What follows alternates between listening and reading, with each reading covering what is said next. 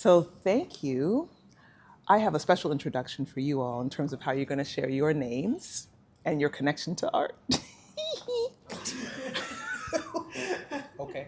So thank you. I just want to say thank you, though, to this group in particular, because we're starting. It's been one of those afternoons where our start time has been a little flexible, but I'm so grateful for this community. And so thank you. My name is Gia Harewood. I am an independent curator, and I'm excited to be the curator of Rashad Ali Muhammad's exhibition here at Eaton called Through the Veil, Currents of the Unseen. Currents of the Unseen. I was waiting for the Dramatic pause. dramatic pause. And we are so excited to have this first talk in a series that we're calling Behind the Veil. So our guests are here. I'm going to ask you each your name, the cities you claim, and the materials that you tend to work with the most. So I guess I should go first. You should go first. Okay. Hi, I'm Rashad Ali Muhammad. I am the cities I claim. I was born in Alexandria, raised in Clinton, bought a house in District Heights, but I've lived in DC, so I just claim the DMV as my thing. Primarily working in mixed media collage, but I do a lot of things. Videography, photography, I make clothes, I make jewelry. I'm just a full-time creative, so yeah. Thank you.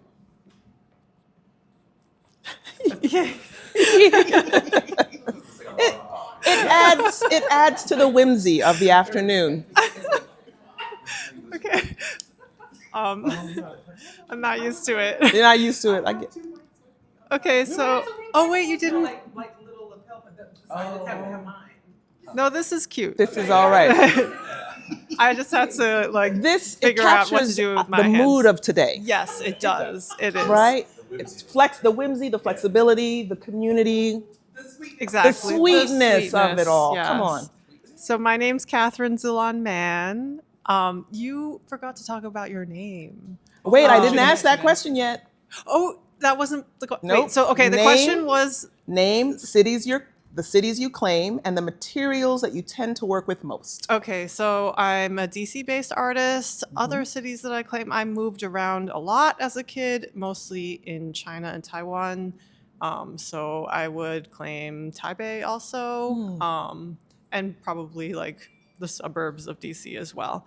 I am a painter and installation artist and public artist, also full-time creative like you. And I'm also a huge fan of these two. Aw. So keep hold of that, Mike. Okay. Because you both have wonderfully, as you were beginning to say, you both have wonderfully rich names that have lots of ancestral folds in them. I mean, to me, when I hear your names, I feel the story, as the English major, I feel the stories that are tucked within those seams. And I would love it if you could share a bit of a name story about any part of your names. So my first name is Catherine, which is not that interesting. Who you I got find it who are you named uninteresting. after, or you know what I mean? It doesn't I matter. have two first names. So, technically, on my passport, I have a first name and a middle name, but my middle name is my first name in China and in Taiwan. So I'm half Taiwanese. Tzu-Lan is my first name in Taiwan. You see what I'm saying? We've known you all these years, but a lot of people don't necessarily know that. So if I met you in Asia, or if we were speaking Chinese, then I would introduce myself as Tzu-Lan, not as Catherine. Tzu-Lan. Yes, but on my birth certificate, it's Katherine Tzu-Lan Mann. So Tzu-Lan is like a lot of Chinese names. It's very literal. The specific characters mean certain things based on when I was born and the time of day and all that. That's beautiful. So the Tzu is a character that is has to do with filial piety and connection with your family. It's the same character that my brother also has in his name. Oh, that's so We great. share, this is a tradition in our family of siblings sharing one character of their name. And then the Lan is, it means orchid, and probably has a lot to do with my interest in botanics. And yeah, so that's Wow. the background of my name. That's awesome. So we already did a little bit from the other talk of how I got my name. Nobody here knows that Some of story. them people Go ahead. did. Please tell the story. All Please. right, sure. Always a new audience. That's true. So y'all can go online to find out. No. I'll give you two because I was going to give the other parts of the What story, was but the I'll give part you. of the name? Troublemaker? Was that? No, it's not. Never that. I'm a rebellious person, absolutely. Anyway, okay. Rebel. So the story is when I was being named, my mom was holding me, and my brother's name was Mikhail, so she wanted two M's. She wanted to continue the M's, and so she was thinking about Mubarak, and then when she said it, I didn't respond, and so she said Rashad, and so I think I yawned or moved or something, and so that was the name. But the other part, the thing I was going to tell today, because I shared that one recently. So the Muhammad. So actually, I have a second middle name. I don't tell anybody. Yeah, absolutely. It's Muwalif. So my father, so he started in the Nation of Islam. He changed his name from Muwalif to Muhammad because it sounded like a more stronger Muslim name. And then once he left the Nation of Islam, he kept the name, but then he keeps Muwalif. They added Muwalif to our names just to keep it, in the family, whatever. But yeah, I don't tell people about it because I don't really like the name either. It's not as impactful. Okay. Just, but. So say the whole Oh, way. Rashad Ali Muwalif Muhammad is the full name. Wow. Yeah. You see? So I asked that because I feel like in this DMV area, this creative community, we know each other, like we see each other, but we don't know always these little things about you. Also, thank you for sharing those. Mm-hmm. In terms of your even creative practice, what's your favorite time of day to create? Ooh, absolute morning. I am an early bird. Ooh. I will be up at 4 a.m. Oh. Maybe get a workout in. Oh. And then I say, Catherine, that's why, yeah. Catherine and I are like, when you text me at midnight, I'm like, why is she awake? Like, I'm sleeping. Leave me alone. Oh. Yeah. I'm typically falling asleep early in the evening, but yeah, I'm most energetic in the morning. When the sun's out, I'm out. I'm out. Okay. That's crazy. That's good.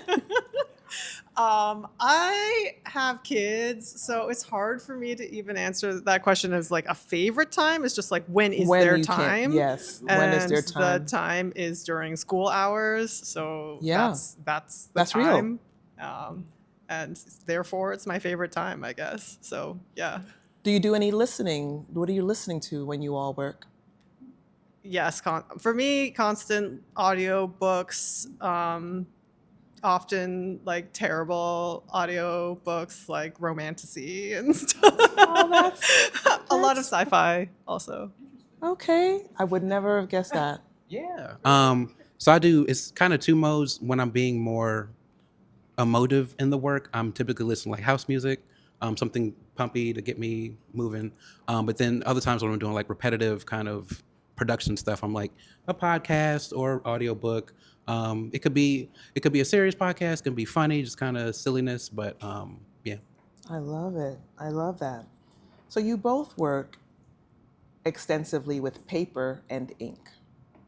Would you agree? Not ink, but paper, yes. Paper? Ink is new for me. Okay. So what does paper allow you to do that other surfaces or materials don't? Okay. So getting into collaging in 2019, that's when I started with collaging. I was getting used to the different materials, but I really say I started to really push the envelope for myself with paper in the last 2 or 3 years. But I think for me, it's the texture of it and like the ripping and like you said, paper is very malleable. And so like even wetting it and seeing how it responds to that and the texture that comes from letting the air bubbles stay, letting the paper warp with things, but then also thinking about creating structure with paper and sculpting with it. I'm getting into that now, but like, it's so much thinking about the weights and the different types of paper. And I'm also very much a recycling person. So I use a lot of like the junk mail that we get. I'm always using that as like collage material. So like I'll do prints on those and then just use the work and use that paper so I'm not wasting. Okay. For me, I would say I'm pretty much obsessed with paper. and very much in love with it all the time. Yes. I think of paper as like a more alive substrate. Like it has more of a history than many other materials, not all. But or maybe I'm just particularly drawn to its history. That it's come from cotton in the past, or that it's come from a tree, and that's something that has like a life and a history to it that I get to respond to.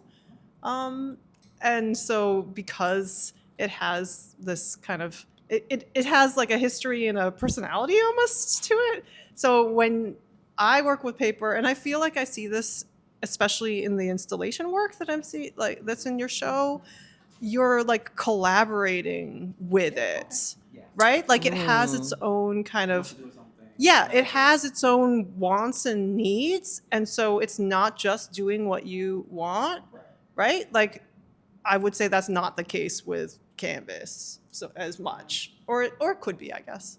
But like particularly like the way that you're working with paper is there's like a weaving and a dance maybe that's happening because it has its own voice, and it's probably not always doing exactly what you're wanting it to do, right? And so there's like a vulnerability or like a fragility to it, which is kind of the point. That's perfect. That's the perfect segue. I was going to say that paper carries a kind of vulnerability. And would you agree? And it sounds like yes. So do you see that fragility as something that you're resisting, embracing, or transforming? Or all of those things? Like when I was a younger artist, I remember having collectors come to the studio and say you should not work on paper because I do like a lot of pouring on paper. They get very sodden, and then they warp. Like that's naturally what paper does. And people would say, well, like, oh, that's a problem. It's not going to look as good in a frame. But actually, to me, like that's the whole point of it, right? That it does warp, that it does change as you impact it. It's not like this pure substrate that doesn't show accident and failure. And like especially with that installation, I feel like you're kind of embracing that fact as well. Or what would you say? Yeah, so I would completely agree. I'll say I've embraced it and all the words at once and different times. Similar to what Catherine's saying. Can I say Tzu-Lan? I like Tzu-Lan. Tzu-Lan. I like Tzu-Lan. It's poetic. Yeah, it is your first name. Sorry. See? ADHD. Sorry, I'm like on that tirade in my mind a little bit. Oh my Anyway, goodness. The vulnerability, fragility. Thank you. And do you see it as something you're resisting, embracing, and or transforming? Yes, all the things at once. And specifically, like you're talking about for this exhibition.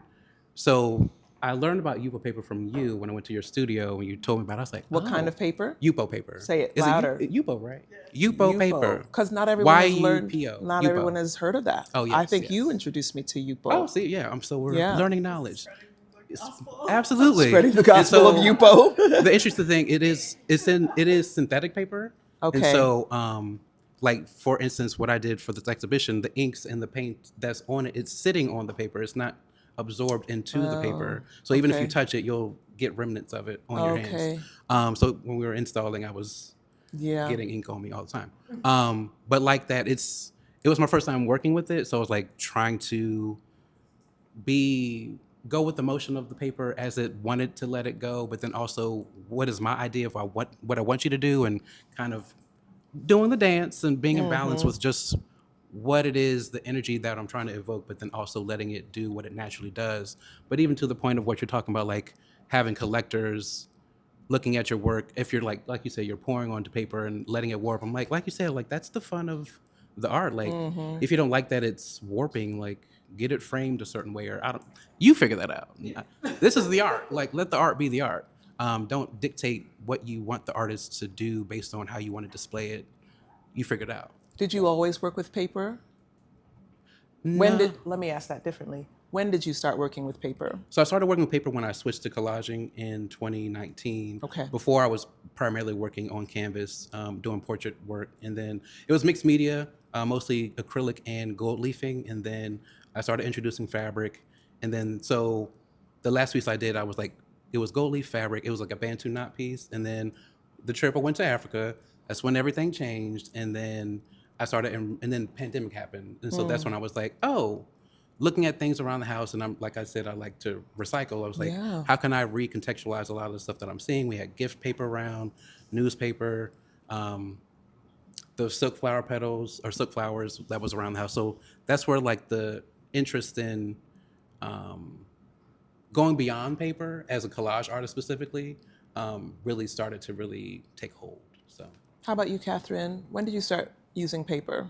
I have always Always. worked with paper. So I was originally trained as a traditional sumi ink painter. So like imagine very traditional Chinese painting of like bamboo and cherry blossoms. That's how I learned how to paint as a teenager in Taiwan, and that's all done on rice paper. So I actually have very little experience painting on anything that's not paper, and I consider myself to be pretty bad at it when I try doing any other substrate.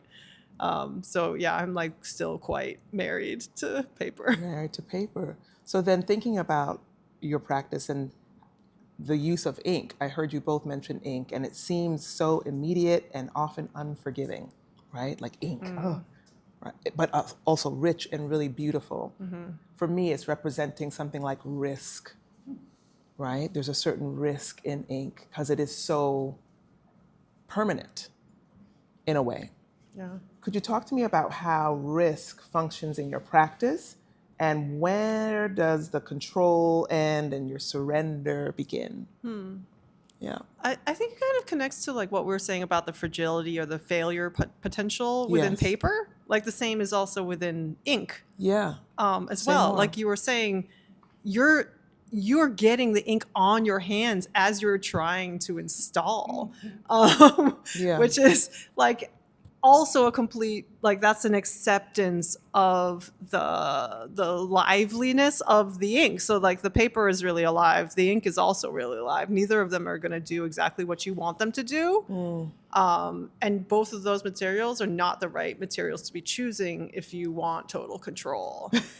Right? That's a Like, life lesson. So, There's a life lesson. I mean, I like that's what's really beautiful to me about your work is that like yes, there are elements of control.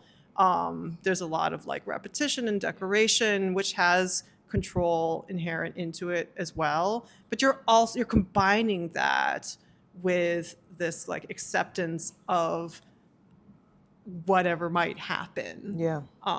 And like that's what makes the work like especially sing to me is that it has those two poles are existing within one piece.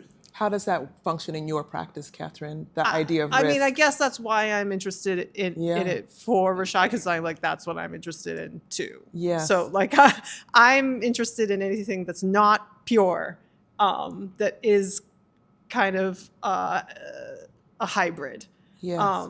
And so for me, yes, I start paintings by pouring ink onto paper as it lays on the floor of the studio. That's a complete chance operation. That's something that I don't have control over. But then I'm interested in kind of going back into it and creating these worlds that are often almost like obsessively and unhealthily controlled. What do But you mean? having both of those things in the same space, right? Like having like chaos and control in the same space. And so, yeah, I think that's something that we share. Okay. Actually, so interesting. Go ahead. Say more. So,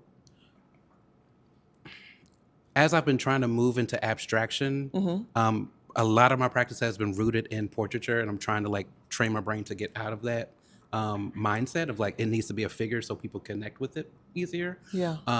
So, embracing the abstract, especially with the installation piece, that was very much me letting the control go and letting the risk and what is going to happen. I don't know.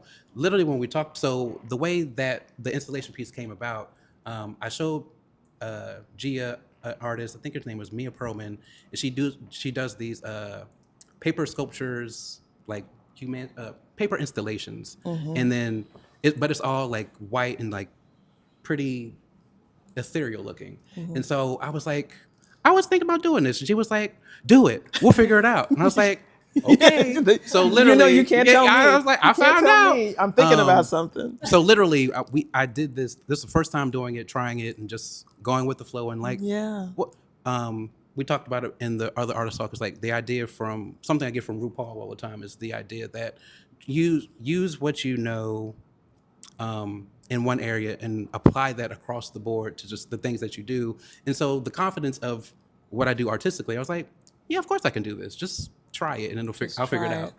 But the other interesting thing is, so the way Katherine and I are connected, Katherine juried a show I was at the Art League, and so that's when I saw her name, and I was like, okay. So I did the research, and I was like, love to work, and I was like, ooh, this is fantastic. So when we initially chatted, I said Katherine, Shantae Gates, and then Jackie Millard. And so their work, the three of them, world building, but then it's like this blend of abstract, but then also with some representational things.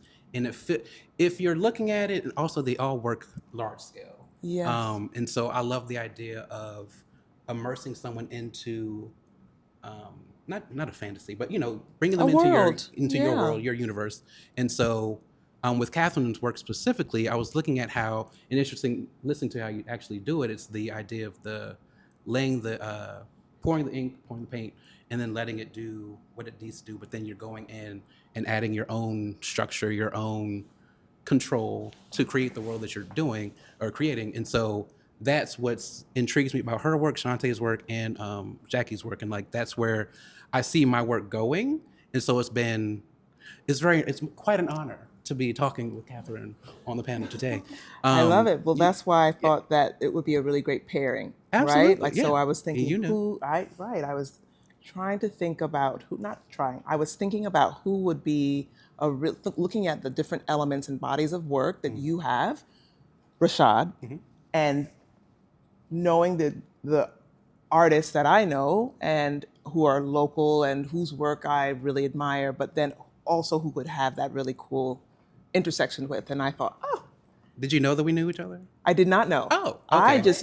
I knew who I wanted to pair you because you don't always work with paper. Right. And I was like, when I think about paper, I know who I think about. Got it. And so I thought, Katherine, right? And so I didn't know that you all knew each other. So that's really awesome. Yeah. I've been to it's perfect. All the time. Hey, it worked out.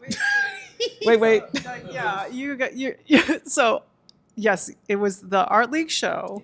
They asked me to jury that show. When was hadn't that? met 2023, two or three. Okay, it's okay. But it wasn't like 2004. It wasn't forever ago. Okay. No, I had never met you before. I saw your work first, and I was like, you are like leaving out a huge part. Like, you got a big prize for the show. Like, it was blowing the rest of the everybody else out of the water, I have to just say. Oh, no shade.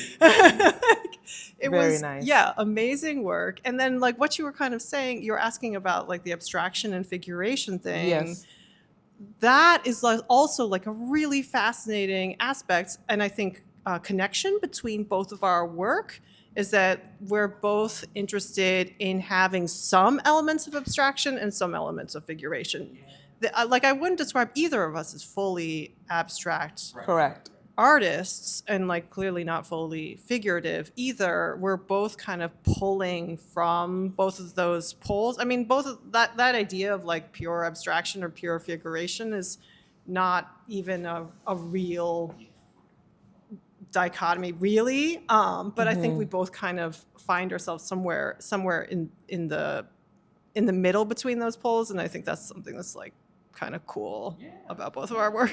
So let's move into the layering that you all both do, the layering and the repetition. What do you see the repetition meaning for you in your work? What is it? For some artists, it's like meditation, or it's mapping or just represents a certain discipline or even a devotional practice, right? How do you see layering repetition work for you all? I mean, I'd be really interested to hear how you answer this question. I feel like there's probably going to be some overlaps again. I think one of the powerful things about repetition is that it can encompass all of the actions that you just described at the same Yes. time. Yes. I do remember, like, when I was in school,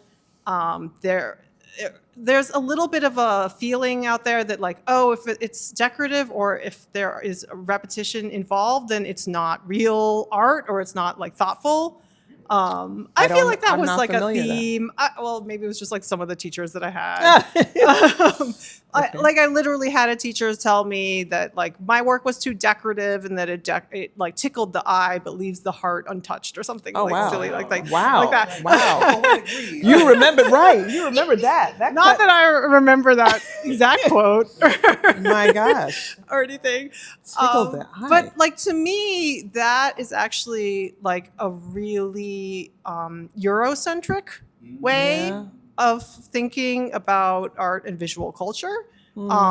Repetition is, like, one of the most powerful visual tools that we have to, like, create magic. Yes. So when I think of, like, repetition in my practice, I think a lot about Buddhist painting, actually, and I look at a lot of Buddhist painting.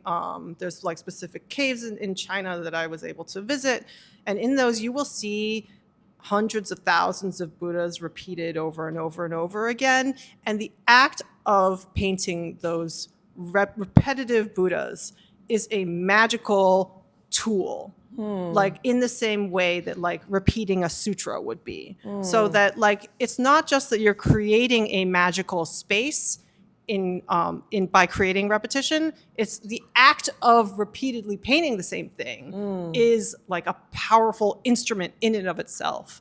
I love that about repetition. I love that. So I try to, like, always keep that in mind as, like, the fact of repeating something actually gives it a certain kind of power. Wow. And tell us what a sutra is if we've never heard that word before. Oh, that's, like, repeating, like, the Buddha's name and like an incantation of ritual. Yes, That's like a beautiful. mantra. Yeah, exactly. I love that. That's why I had to ask you all. Okay, when I think about repetition in my practice, In your practice, yes. multiple things come to mind. Initially, when I first think about it, and especially think about the works that I've done before, I think of overwhelm and Keep that close. feeling. There's a meditation in the overwhelming, like, abundance of things. So, like, especially when I was doing the flower petal collaging. All the flowers. Yes. That's where I think you both met me when I was doing that. Yes. And so those were, I'm thinking about nature and how I can reflect nature and the meditativeness, we'll use that word today. Yes. Meditativeness of nature, but then it's interesting, how do you make that? Man, you know what I'm saying? Create? Not manhandle. Not sorry. so stupid. How, like, a human is recreating nature, basically, Yes. trying to recreate it.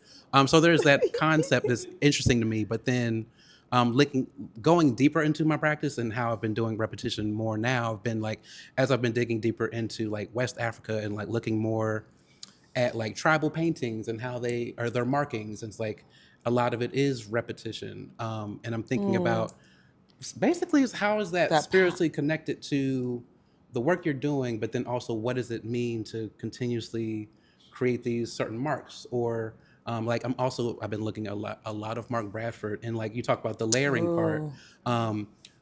That's where the work is going, and, like, this idea of, I'm really interested in building the sense of, like, an archive on the piece, and, like, what's the history of the work. So, like, part of what I've been doing now is, on the base layer, I typically write, and it's like, I will, because I'm a designer, I think about it I'm not just writing, like, a letter, I'm making it like a specialized characters. I'm like making it. It's not necessarily meant to be legible. I'm just writing it either a letter to myself or to what the work is going to be about, or like Yes. the recent work you saw at Boy Crew Wines of like I was writing about my thoughts on protesting, but then also using it as a texture, using it as basically a texture.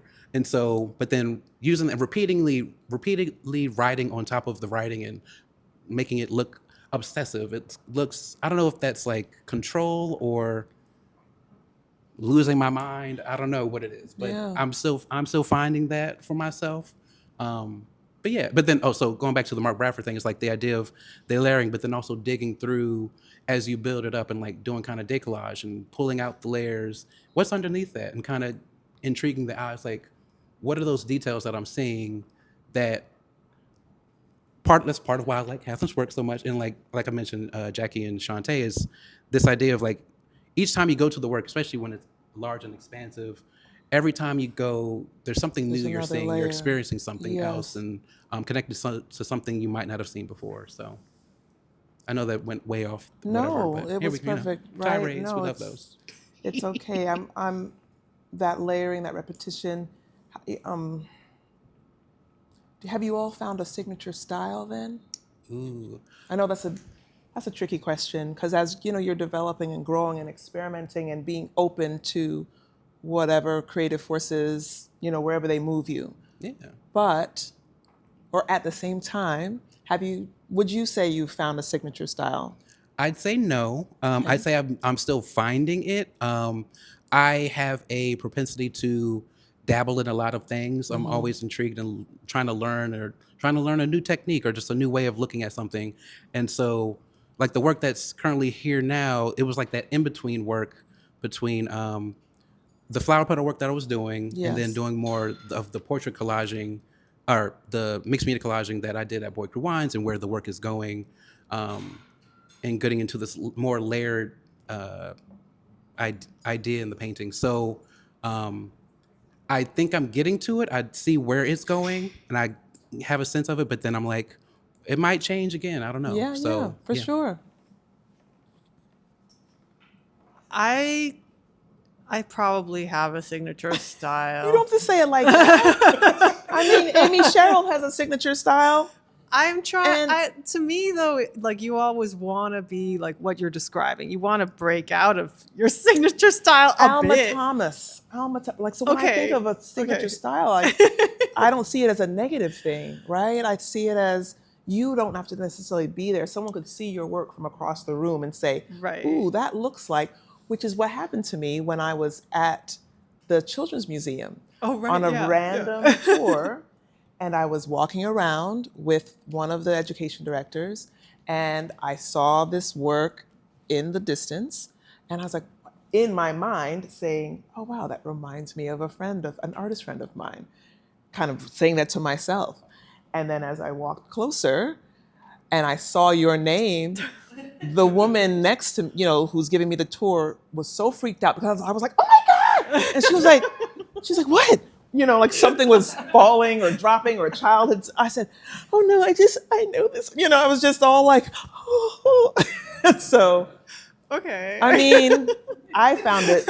I was excited. I mean, that's an amazing story, and it makes what's actually fascinating about that is that piece. Like, I didn't even make it exactly. It was a collaboration with kids, and the kids actually, like, everything on that piece is made by children.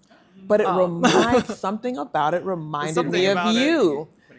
I was the boss of the kids, I guess. That's wonderful. That's a better way. The conductor, than the boss right. of the kids. But I guess like we always want to have something of a where you're pushing the line, right? Yeah. So that you have. I mean, we have things that we're interested in and that we're always going to kind of come back to. And like, I'm sure those flower petals are not going to go away. No. You want I to? mean, It's so meticulous and really. Yeah. It's the Hold thing on. of- oh, sorry. Yeah. I mean, they'll be maybe like you won't literally have silk flower petals on your work 10 years from now, but their echoes are always going to remain a part of your practice. What's your signature style? I mean, I have been doing the pour it's been like 15 years of doing that, and I'm still doing it. A lot of the time it gets completely covered. But yeah, the interests are, plants, botanical imagery, like symbols coming from Asian art history. What's the eye? Yeah, parts of the body, eyes. Yeah, that's. I think we all have like our things. Our visual language. Yeah, exactly. The Like visual that's a really language. nice way of describing it. Like we're Visual we're creating language. this kind of dictionary of ingredients that like come into the work, and sometimes you'll pull more from certain areas than others, like but you're that. kind of building that out for yourself. I like that. I love that.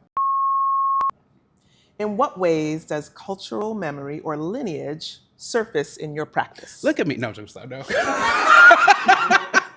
Repeat it again. Repetition. No. But no.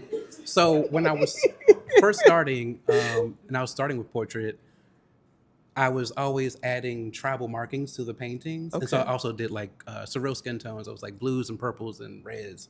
And reds, sorry. And so I feel like I've always been like searching for connection to my past. So which was part of why I was so interested in going to Africa, and like I needed to be there because it kept calling to me. So being there, that changed,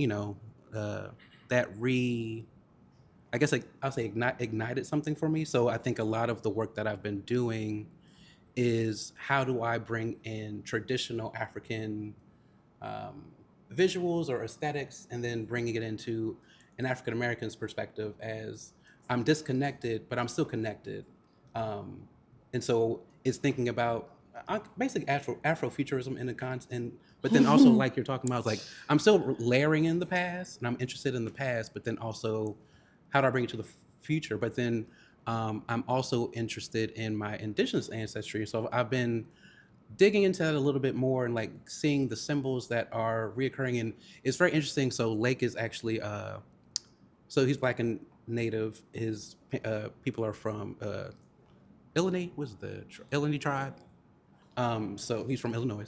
So it's interesting seeing certain aesthetics, and I was like, and that he would pull out, and I was like, oh, I'm like, I've either some type of pattern or something. I was like, I do stuff like that, or it's interesting. Oh, you like it's you've repeated it or seen it in or your like work? I've done it already, and I'm seeing it, and I'm like, oh, what is that? So it's like, where is that coming from? So I feel like, especially as an African American, it is sometimes in terms of lineage, we're always trying to, or at least for me, I'm always trying to find and reimagine or reconnect to what I feel like I've lost. And so I feel like now that I'm getting further along, especially, you dig deeper and you do the research, even if it's not necessarily like I'm not Yoruba, but I do know I'm from that region. Okay. And so like certain, I was going to ask about, because Africa's many Africa's countries, a lot of things, right? A lot of things. It's not a monolith. So,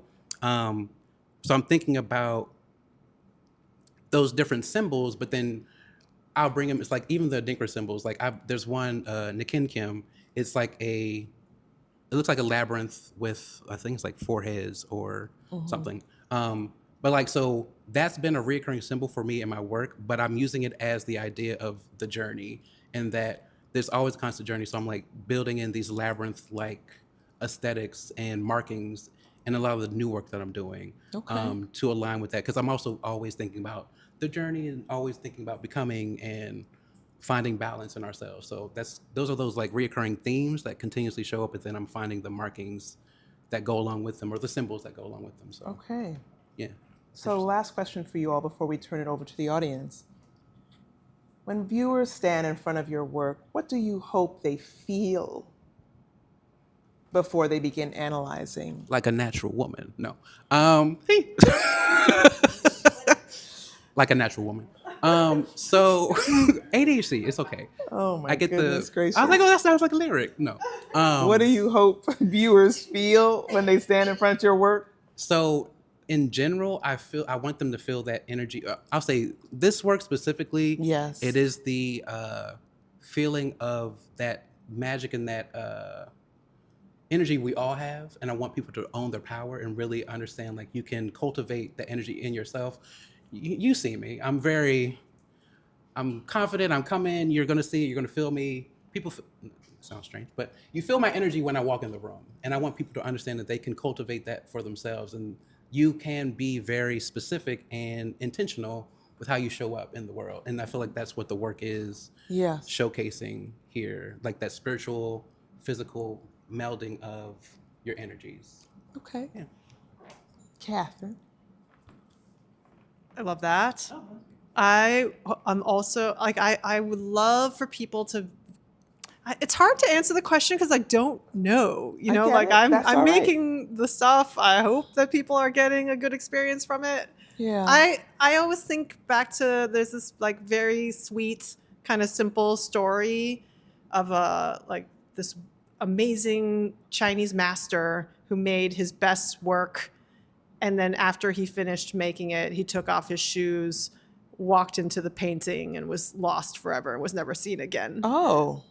No, but it's a good thing, right? Okay. Like, like that's like, It's like- because like that's where he wanted to live, Oh. right? Like We're it was. moving He on. made like such a seductive world that you can escape into it. So like for me, I guess it's I like escapism. It's probably the reason for the sci-fi and the romantasy. Romantasy. I haven't heard that term. It's like what you would imagine. Okay. But I think that like there's a place for that. Like we need that. We Yes. need to have moments of escape and respite and joy. Absolutely. And I hope that's what my work can bring. I think that's absolutely what like this show is able to like give to people. Yeah.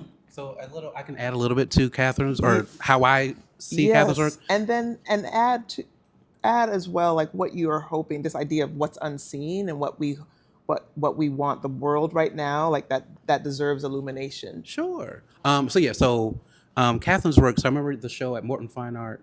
I was there and I recognized immediately this notion of the portal that you use. And I was like, I remember we talked about, I was like, oh, are these meant to be like portals? She's like, yeah. I was like, okay, so I can see the escapism, but then also like it's like you talk about building your own world. And like every time I was in front of the pieces, I felt like I could go in and kind of, it does feel spacey. And I'm like, I can just flow and just be free and live here for a moment and get away. And so to your point, you were saying, I was saying, because that idea that we deserve joy, right? There's so much happening in the world in this particular climate that can feel very discouraging, depressing, Yes. all of those things. And so Absolutely. I was asking you what feels unseen, thinking about the theme of your show, what feels unseen in the world right now, even in the art world, that deserves illumination. Do you have something? I'm thinking, what feels unseen? I mean, clearly empathy. Empathy. That's yeah. I feel like the people see it. Well, certain people see it. Maybe that's Okay. better. Especially arts folk. Like we're more. Every time I'm in an art space around. I was in Baltimore yesterday. Like it just feels more like free Yeah. and relaxed and home. You feel home. Yeah. And I'll leave it. For that That's good. And then audience, y'all are next. Maybe this question kind of connects to a lot of your previous questions. That's my plan. That's why you're so great. That what isn't seen is inherent in what you were asking about like memory and our ancestors. Those I feel like is so often erased. And I think it's really beautiful that art can find the power in our past and in our memories. So that's like one also thing that I think that art can bring to the fore that we are otherwise kind of forgetting. right now. I love that. I want to thank you both for this conversation, just this portion of the conversation. I want to invite the audience to ask questions, but before we do that, may I give you a little bit of an applause? Oh, yeah. Just a little bit.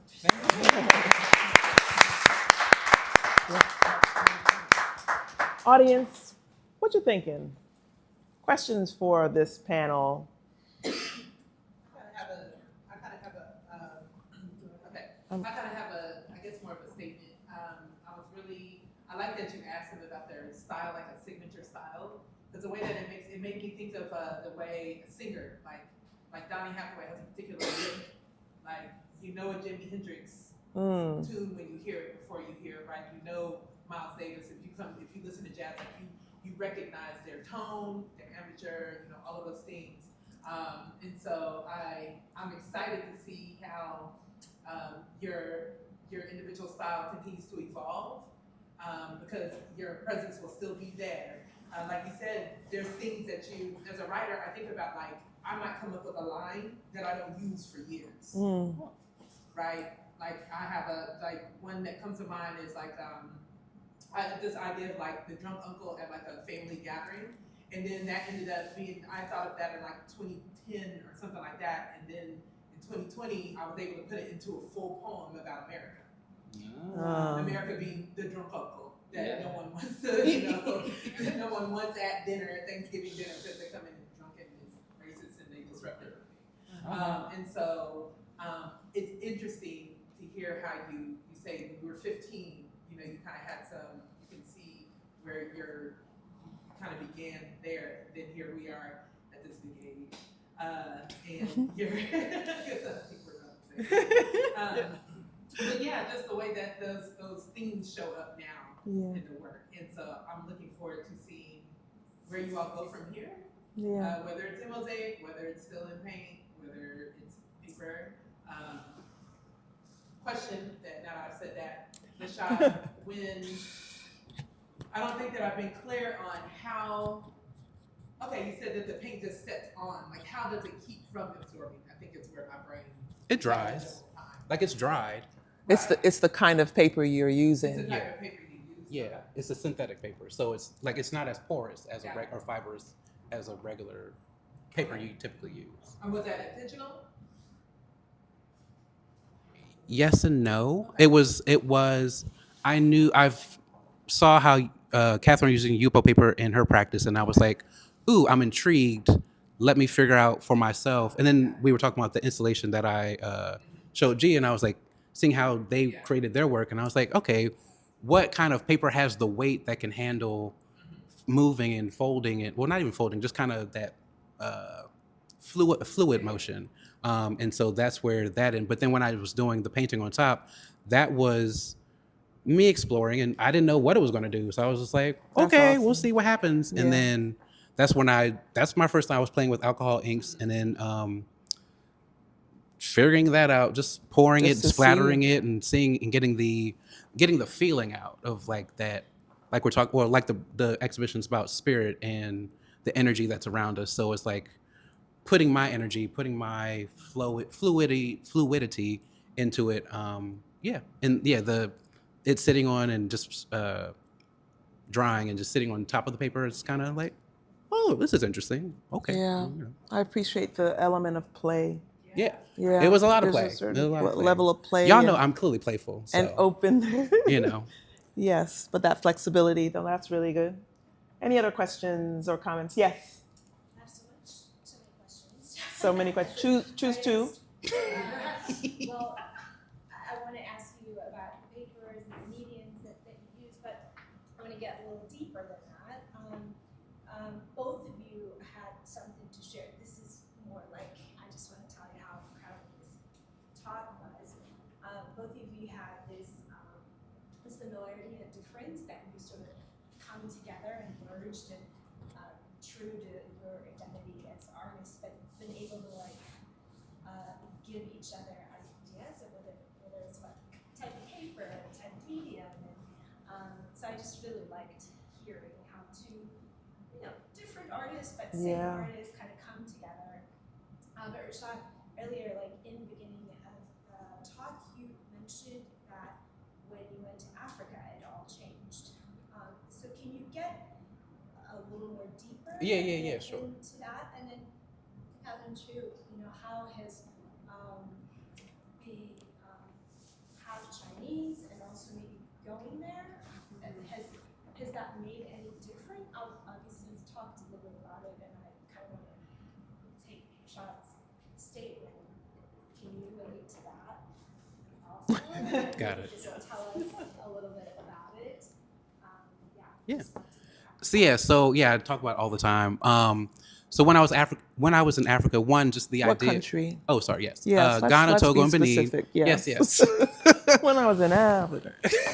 I went to Ghana, Togo, and Benin at the end of 2019. And so I went there.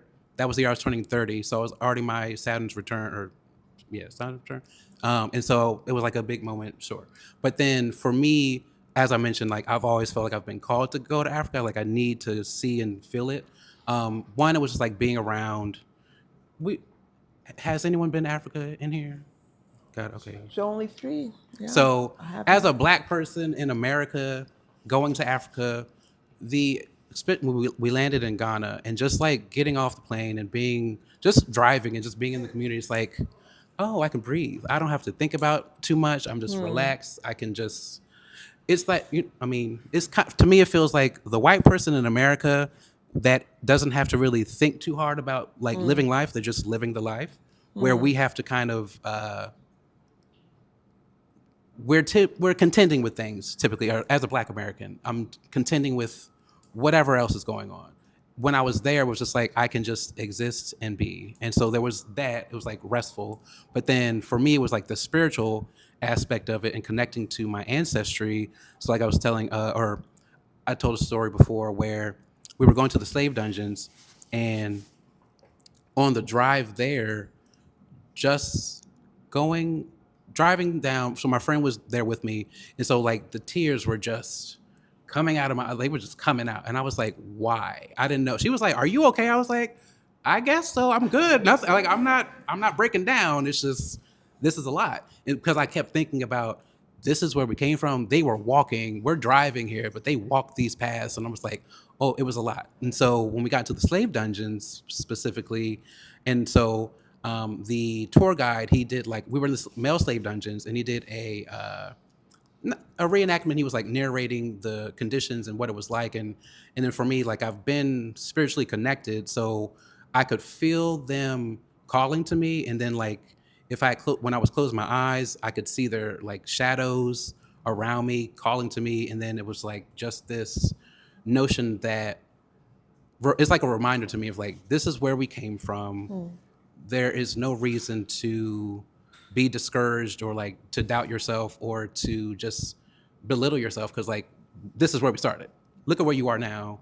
And so I use that also as like a kind of like a conduit to remind myself, like that's why I walk into rooms with the energy that I have, because bitch, we're T. Like we are still here, and we came from this, and from this whatever happened to us, and then also the Voodoo Festival, and so I had a voodoo ceremony, and so that's fine. But being around the voodoo energy, and like I think how a lot of Western, they tried to villainize voodoo and they made Americans feel like it's even in Africa they still think about it too, and as a negative context because of colonialism, and it's just like. No, it's just it's a different way of connecting to the same energy. To spirit. To spirit, Yeah. To nature. And so I think for me, is connecting those dots helped me release a lot of my own, I would say not perspectives, but my own insecurities around my work or just insecurities about myself. It's like, oh, bitch, I'm a king. So like, I'm going to move with that energy, and I know that I can do the things that I want to do because somewhere in there I can tap into something. So it's like it helped me trust myself more. So I guess that's the easy way of getting to it. Yeah. No, that's good. That was a lot. No, all good. That was amazing. I feel I have many similar connections in a very different way, obviously.